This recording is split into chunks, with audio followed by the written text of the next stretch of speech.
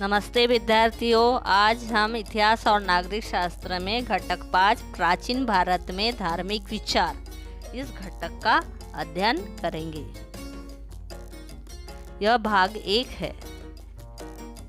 इस घटक में जैन धर्म, बौद्ध धर्म, यहूदी धर्म, ज्यू धर्म, ईसाई धर्म, इस्लाम धर्म और पारसी धर्म का अध्ययन करेंगे। वैदिक युग के अंतिम चरण में यज्ञ विधियों की छोटी छोटी बातों को अनावश्यक महत्व प्राप्त हो गया था। इन छोटी छोटी बातों का ज्ञान केवल पुरोहित वर्ग को ही था। अन्य वर्गों को उन बातों का ज्ञान प्राप्त करने की स्वतंत्रता नहीं थी। वर्ण व्यवस्था के नियम और बंधन अत्यंत कठोर बनते गए थे। मनुष्य के कर्म और पुरुषार्थ की अपेक्षा उसका जन्म किसी वर्ण से में हुआ, इस पर समाज में उसका ध्यान निश्चित किया जाने लगा। पिछले घटक में हमने पढ़ा था किस प्रकार यौगिक युग में वर्ण व्यवस्था के कारण क्या हो गया था, समाज को 4 भागों में बांटा गया था और जाति व्यवस्था के कारण बहुत भेदभाव होने लगा था। जो छोटी जाति के लोग, उन पर अत्याचार होने लगा था। इस वर्ण व्यवस्था के कारण क्या हो गया था, उनके ये जो वर्ण व्यवस्था था उनके कर्म के आधार पर, उनके जो व्यवसाय के आधार पर निश्चित हुआ था। लेकिन धीरे धीरे ये क्या हो गया, जन्म के अनुसार क्या करने हो गया, समाज का विभाजन हो गया। और उस समय जो यज्ञ होता था वो उन्हें बहुत महत्व मिल गया। और वो कैसा था, यज्ञ कठिन था, उसे सिर्फ पुरोहित ही करते थे, उनका ज्ञान केवल पुरोहित को ही था। तो ऐसी व्यवस्था उस वैदिक युग में थी और ये धीरे धीरे बहुत विकराल रूप लेने लगी। परिणाम स्वरूप उपनिषदों के समय से ही धर्म का विचार यज्ञ विधियों तक सीमित न रखते हुए उसे अधिक व्यापक बनाने के प्रयास प्रारंभ होते दिखाई देते हैं। परंतु उपनिषदों के आत्मा का स्वरूप, आत्मा का अस्तित्व जैसी बातों पर विचार किया गया था। ये विचार सामान्य लोगों को समझने में जटिल प्रतीत होते थे। अतः विशिष्ट देवताओं, ईश्वर की उपासना पर बल देने वाले भक्ति पंथों का निर्माण हुआ। जैसे शिवजी के भक्तों का शैव पंथ और भगवान विष्णु के भक्तों का वैष्णव पंथ। इन देवताओं के विषय के भिन्न भिन्न पुराण लिखे गए। फिर धीरे धीरे क्या हुआ, उपनिषदों के समय धर्म का विचार यज्ञ विधियों तक सीमित न रहते हुए और अधिक व्यापक होने लगा। ठीक है, अब धर्म के हिसाब से आत्मा का स्वरूप अस्तित्व आया। और ये जो सामान्य, ये जो उनकी जो भाषा थी, ये जो पूजा करने की, यज्ञ करने की ये जो भाषा थी, ये सामान्य लोगों को बहुत ही कठिन जाने लगी। ठीक है, और इसी पर क्या हुआ है, देवता और ईश्वर की उपासना पर बल देने वाले भक्ति पंथों का निर्माण हुआ। ठीक है, जैसे शिवाजी के भक्तों को शैव पंथ और भगवान विष्णु के भक्तों को वैष्णव पंथ, इस प्रकार के पंथ का निर्माण हुआ। और उन्होंने क्या किया, देवताओं के विषय पे भिन्न भिन्न पुराण लिखे। इस प्रकार विभिन्न पंथों का निर्माण हुआ। ईसा पूर्व 6ठी शताब्दी में सामान्य मनुष्य सरलता से धर्म को समझ सके, ऐसा धार्मिक विचार प्रस्तुत करने वाली धाराएं निर्माण हुई। प्रत्येक व्यक्ति को स्वयं की उन्नति का मार्ग खोजने की स्वतंत्रता प्राप्त हुई। इसका बोध अनेकों को हुआ। इसी बोध द्वारा कालांतर में नए धर्मों का उदय हुआ। इन धर्मों ने पूरी स्पष्टता से यह कहा कि व्यक्ति की उन्नति के लिए जात पात के भेदभाव को कोई महत्व नहीं है। धर्मों के लोगों के मन पर शुद्ध आचरण का महत्व अंकित किया। नए धार्मिक विचारों के प्रवर्तकों में वर्धमान महावीर और गौतम बुद्ध के कार्य विशेष महत्वपूर्ण है। यानी हमें धीरे धीरे धार्मिक कर्मकांड पर ज्यादा महत्व देने लगा। फिर उसके बाद ईसा पूर्व यानी 6ठी शताब्दी में सामान्य मनुष्य सरलता से धर्म को समझ सके, ऐसे धार्मिक विचार करने वाले महान पुरुष, महान व्यक्तित्व सामने आए। धीरे ये समाज में जो विकृतता, जो असमानता फैली थी, इन्हें दूर करने का प्रयास किया।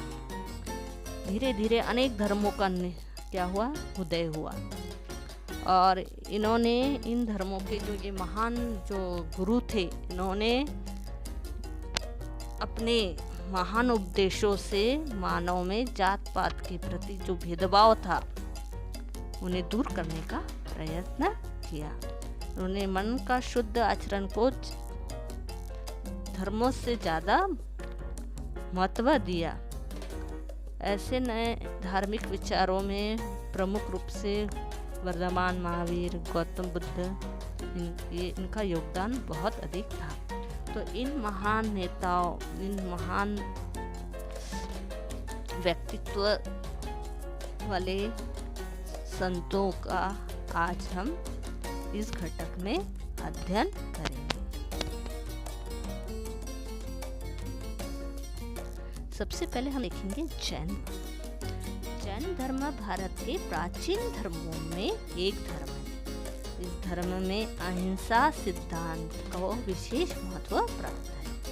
अहिंसा यानी जहाँ पर मारकाट नहीं होती है। धर्म के ज्ञान को जो व्याख्यायित करता है उसे जैन धर्म में तीर्थंकर कहते हैं। ठीक है, इस धर्म ज्ञान देता है, जो व्याख्यान करता है उसे जैन धर्म में क्या कहते हैं, तीर्थंकर कहते हैं। जैन परंपरा के कथनानुसार कुल 24 तीर्थंकर हुए।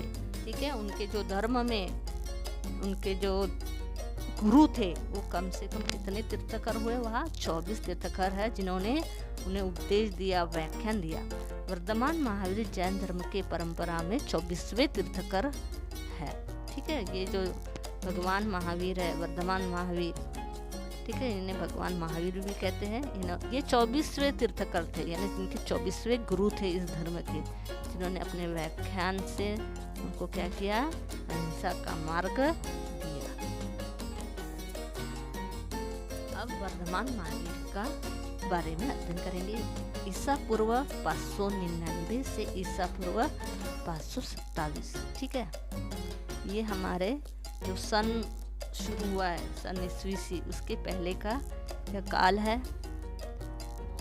इस काल में इनका जन्म और मृत्यु इनका सन दिया हुआ है, ईसा पूर्व।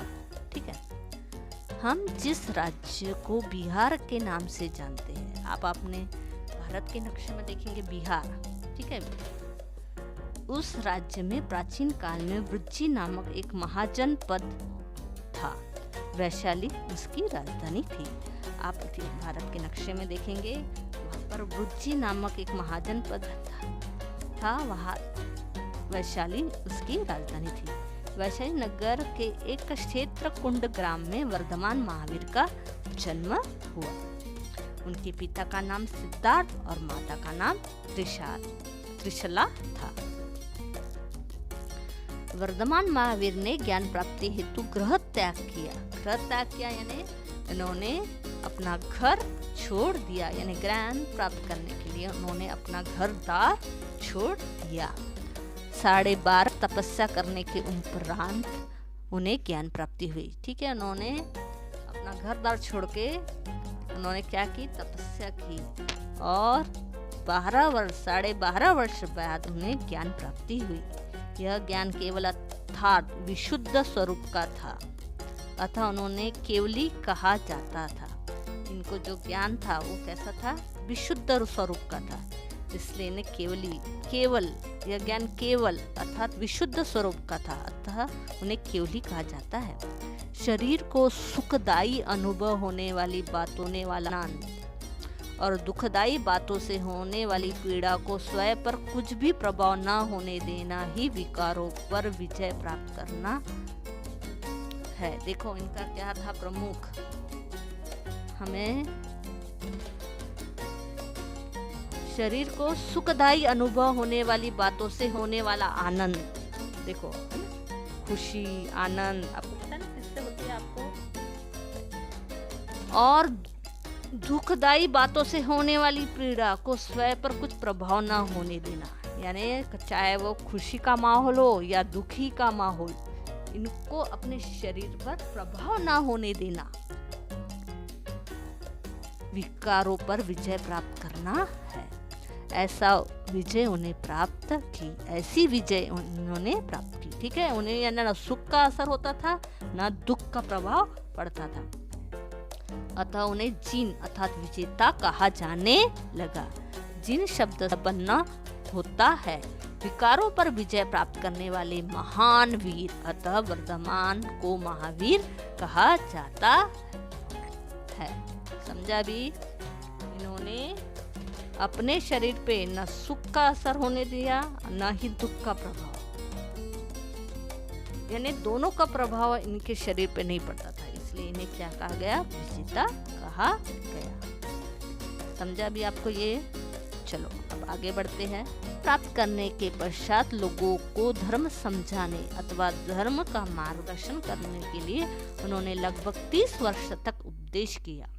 ठीक है, और उन्होंने जो ज्ञान प्राप्त किया और उन्होंने लोगों को धर्म समझाने अथवा धर्म का मार्गदर्शन करने के लिए लगभग 30 वर्षों तक क्या किया है? लोगों को उपदेश दिया।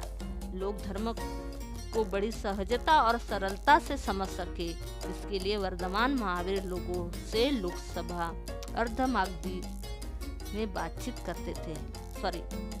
लोगों से लोक भाषा यानी अर्धमागधी वहाँ की जो भाषा थी उसमें वे बात करते थे। उनके द्वारा बताया गया कि धर्म शुद्ध आचरण पर बल देता है। उन्होंने यह बताया कि धर्म हमेशा शुद्ध आचरण के लिए कहता है, जोर देने के लिए कहता है। शुद्ध आचरण के लिए उनके बताए हुए मार्ग का सार स्वरूप पंच महाव्रत और त्रिरत्न में समाविष्ट है। लोगों को उपदेश करते हुए तीर्थंकरों की जो सभाएं होती थी उन्हें अर्धमागधी भाषा में समवसरण कहते थे। ये समवसरण समानता भाव पर आधारित थे। इन समविसरणों में सभी वर्णों के लोगों का प्रवेश था। ठीक है, यानी वे सभा करते थे वहाँ पर सभी वर्णों के लोगों को प्रवेश देते थे। ठीक है, यानी पहले जो प्राचीन काल में वैदिक काल में जो भगवान की जो पूजा होती थी, भगवान की जो ज्ञान जो मार्ग था भगवान तक पहुँचने के लिए पुरोहितों की मदद ली जाती थी। लेकिन धीरे धीरे क्या हुआ? बड़े बड़े धर्म महात्मा वीर लोग आए जिन्होंने तपस्या की और लोगों को धर्म का उपदेश दिया।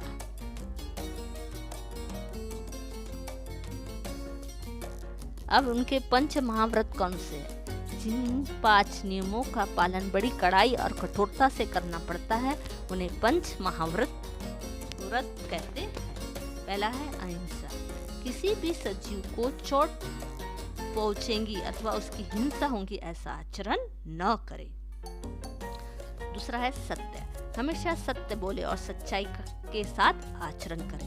असत्य स्तेय शब्द का अर्थ है चोरी करना। दूसरों के स्वामित्व अथवा अधिकार की वस्तु को उसके स्वामी के अनुमति के बिना लेना चोरी करना है। चोरी न करना अर्थात असत्य है।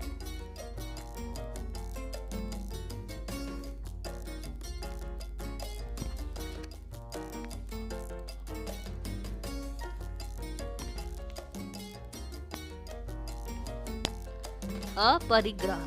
मन में लोभ होने से मनुष्य का झुकाव संपत्ति का संग्रह करने की ओर रहता है। इस प्रकार संग्रह न करना अपरिग्रह कहलाता है। ब्रह्मचर्य। शरीर को सुखद अनुभव होने वाली बातों को त्याग कर व्रतों का पालन करने को ब्रह्मचर्य कहते हैं। त्रिरत्न। सम्यक दर्शन, सम्यक ज्ञान, सम्यक चरित्र, ये 3 सिद्धांत त्रिरत्न है। सम्यक का अर्थ है संतुलित होता है। ठीक है, यहाँ पे हमें 5 क्या बताए गए उन्होंने? पंच महाव्रत, अहिंसा, सत्य, असत्य, अपरिग्रह, ब्रह्मचर्य। ठीक है। उन्होंने कहा जो अपने आचरण में अहिंसा, सत्य, असत्य, अपरिग्रह और ब्रह्मचर्य अपनाता है वह अजय कहलाता है। फिर उन्होंने त्रिरत्न बताया, सम्यक दर्शन, सम्यक ज्ञान और सम्यक चरित्र। ये तीन सिद्धांत त्रिरत्न है। सम्यक का अर्थ होता है संतुलित। ठीक है। अब हम सम्यक दर्शन देखेंगे। तीर्थंकरों द्वारा दिए जाने वाले उपदेशों में निहित सत्य को समझना और उसके प्रति श्रद्धा रखना। सम्यक ज्ञान, तीर्थंकरों द्वारा दिए जाने वाले उपदेशों से सिद्धांतों का नियमित रूप से अध्ययन करना और उसके सूक्ष्म अर्थों को समझना। और सम्यक चरित्र में पंच महाव्रतों का कठोरता से आचरण करना।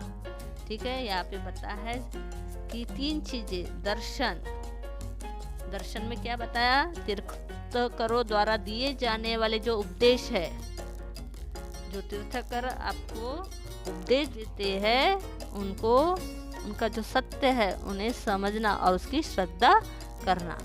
सम्यक ज्ञान में किसका समावेश होता है, जो तीर्थंकर जो आपको उपदेश देते हैं सिद्धांत का जो नियमित रूप से उनका अध्ययन करना और उनके सूक्ष्म अर्थों को समझना। और सम्यक चरित्र में आपको जो महाव्रतों, जो पंच महाव्रतों दिए गए हैं उनका अपने आचरण से में लाना, उनका पालन करना।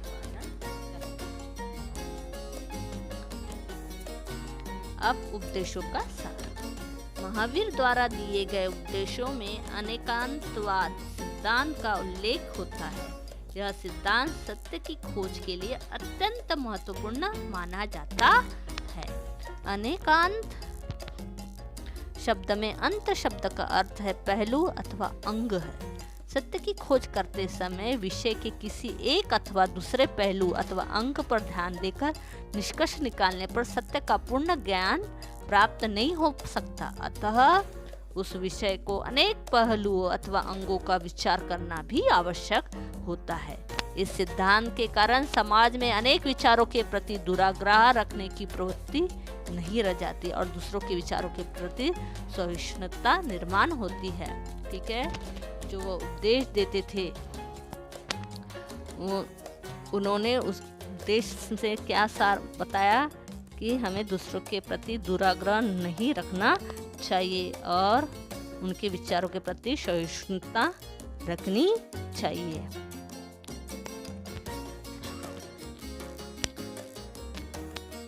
यानी उनका जो उपदेश था उसमें अनेकांतवाद सिद्धांत का उल्लेख होता है उनके उपदेश से। ठीक है। यह सिद्धांत क्या बताता है, हमें सत्य की खोज के लिए सत्य को वो बहुत महत्व देते थे।